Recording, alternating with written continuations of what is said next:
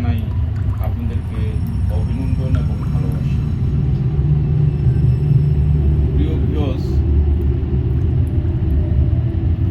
আমরা খেতে বসছি, এখন 1টা বাজে। আমার ওয়াইফ আমাদেরকে ভাত তৈরি খাওয়াচ্ছে। আপনারা ভালো থাকবেন, আপনারা যে যেখানে আছেন।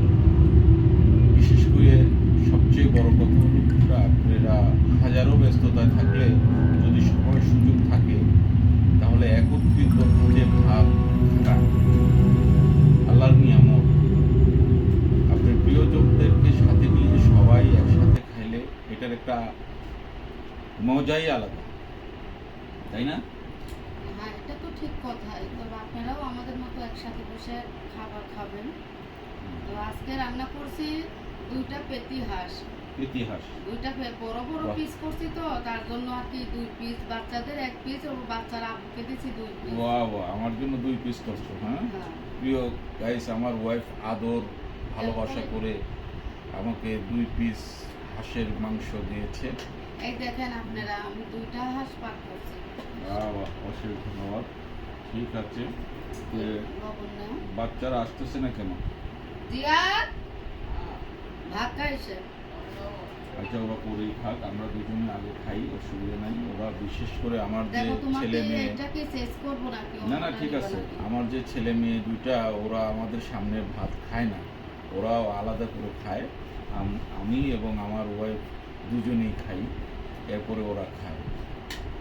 ভালো থাকেন। 2টা হাঁস একসাথে পাক করছি। বাকি তরকারিগুলো আমি ডিবের মধ্যে রেখে দেবো ফ্রিজে, এটা পরে খাওয়ার জন্য। মনে করো হাঁসের মাংসটা একসাথে বেশি পাক করে এটা ফ্রিজে রেখে, তবে হ্যাঁ, ভাত রান্না করে এটা গরম ভাতের সাথে আবার গরম করে খাইলে অনেক মজা লাগে। বাহ। প্রিয় ভিউয়ার্স, আমার ওয়াইফ জানাইতেছে কি যে আমার ওয়াইফের এটা অভ্যাসের পরিণতি ধরেন হয়ে গেছে। যেমন যদি আমরা মানুষ এখানে খানেওয়ালা হলো আমরা 4 জন, আমরা 2 জন, আমরা স্বামী স্ত্রী 2 জন, আর আমার বাচ্চা 2 জন।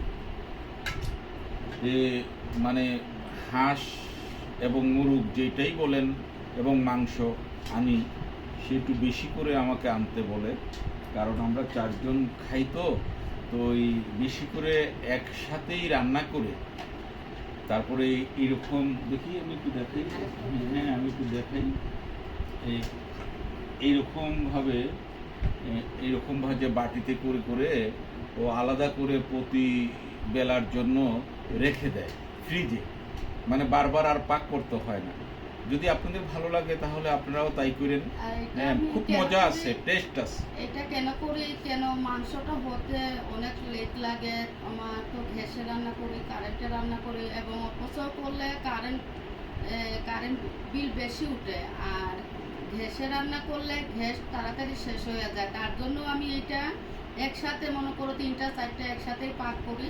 পাক করে আমি সাজিয়ে এরকম বক্সে করে আমি ফ্রিজের মধ্যে রাখা দিই। আমরা 4 জন, তার জন্য আমরা এখানে 4টা পিস রাখছি। আবার এটা পরে খাবো।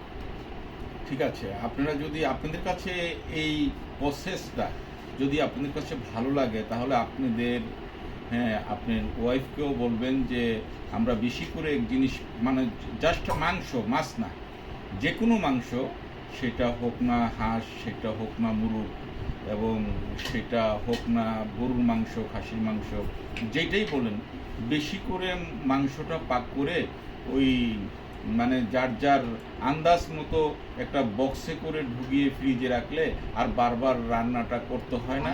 এই প্রসেসিংটা আমার ওয়াইফ করেছে।